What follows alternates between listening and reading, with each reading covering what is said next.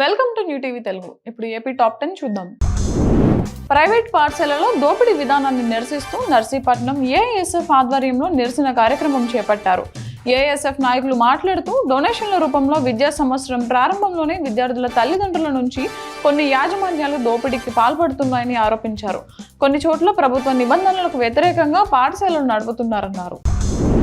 వేసవి సెలవుల అనంతరం పాఠశాలలు పునఃప్రారంభమయ్యాయి. నర్సీపట్నం మున్సిపాలిటీ జడ్పీ హై స్కూల్లో ప్రధానోపాధ్యాయురాలు రత్నం ఆధ్వర్యంలో విద్యార్థులకు ఉపాధ్యాయులు చప్పట్లు కొడుతూ వినూత్నంగా స్వాగతం పలికారు. ఉపాధ్యాయులు పిల్లలతో మాట్లాడుతూ సెలవుల అనంతరం చదువు మీద దృష్టి పెట్టాలని సూచించారు. సిలబస్ సకాలంలో పూర్తి చేస్తామని, విద్యార్థులు నిరంతరం పాఠశాలకు హాజరు కావాలని తెలిపారు.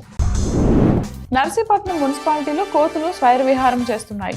గుంపులుగా కోతులు ఇళ్లలోకి చొరబడి ప్రజలను భయభ్రాంతులకు గురి చేస్తున్నాయి. పిల్లలు వాటిని చూసి బయటకు రావడానికి భయపడుతున్నారు. కోతులు బెడద తొలగించాలని మున్సిపల్ అధికారులకు ఎన్నిసార్లు మొరపెట్టుకున్నా ఉపయోగం లేదని పలువురు ఆరోపిస్తున్నారు. ఇప్పటికైనా అధికారులు దృష్టి పెట్టాలని కోరుతున్నారు. మాచర్ల మాజీ ఎమ్మెల్యే పిన్నెల్లి రామకృష్ణారెడ్డికి హైకోర్టులో ఊరట లభించింది. పిన్నెల్లి రామకృష్ణారెడ్డి ఈవీఎం ధ్వంసం చేసిన ఘటనలో ఈ నెల 20వ తేదీ వరకు కేసును హైకోర్టు వాయిదా వేసింది. అలానే ప్రతిరోజు పిన్నెల్లి రామకృష్ణారెడ్డి నర్సరావుపేట ఎస్పీ కార్యాలయంలో సంతకం చేయాలంటూ హైకోర్టు ఉత్తర్వులు జారీ చేశారు. దీంతో పిన్నెల్లి రామకృష్ణారెడ్డి ఎస్పీ కార్యాలయానికి చేరుకుని సంతకం చేశారు.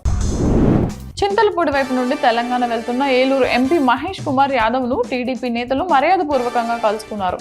ఈ సందర్భంగా వారితో కలిసి సాధారణ వ్యక్తిలాగా టీ తాగారు. ఈ కార్యక్రమంలో నియోజకవర్గ ఐటీడీపీ అధ్యక్షులు బోడ అనీష్ కుమార్ పాల్గొని మాట్లాడారు. అలాగే ఆయన దృష్టికి నియోజకవర్గంలోని సమస్యలను తీసుకువెళ్లారు. అనంతరం మహేష్ మాట్లాడుతూ నియోజకవర్గ అభివృద్ధికి కట్టుబడి ఉన్నామని అన్నారు. తిరుమల శ్రీవారి దర్శనం కోసం రాష్ట్ర ముఖ్యమంత్రి నారా చంద్రబాబు నాయుడుతో సహా తిరుమలకు మంత్రి నారాయణ చేరుకున్నారు. చంద్రబాబు నాయుడుతో కాకుండా ఆలస్యంగా దర్శనం కోసం మహాద్వారం మీదుగా ఆలయంలోకి ప్రవేశించారు. ఆలయ అధికారులు ఆయనకు స్వాగతం పలికి ఆలయం లోపలికి పంపారు. దీనిపై భిన్నాభిప్రాయాలు వ్యక్తమవుతున్నాయి. హనుమాన్ భక్త బృందం ఆధ్వర్యంలో రాత్రి చీరాలలో 7వ హనుమాన్ శోభయాత్ర ఘనంగా జరిగింది.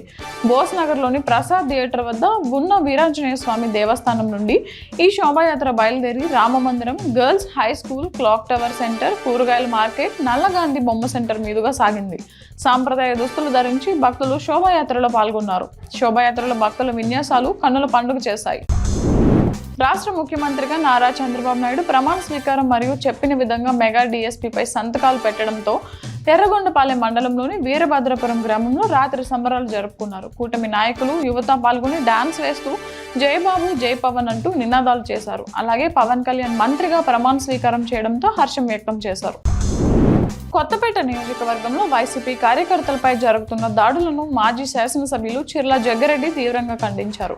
డాక్టర్ బిఆర్ అంబేద్కర్ కోనసీమ జిల్లా కొత్తపేట ప్రభుత్వ ఆసుపత్రి వద్ద ఆయన మాట్లాడుతూ రావులపాలెం మండలం కేతరాజుపల్లి గ్రామానికి చెందిన శీలం లోవలక్ష్మి, పులిదిండి గ్రామానికి చెందిన నాగరాజును ఆసుపత్రిలో జగ్గారెడ్డి పరామర్శించారు. అండగా ఉంటామని వారికి భరోసా కల్పించారు.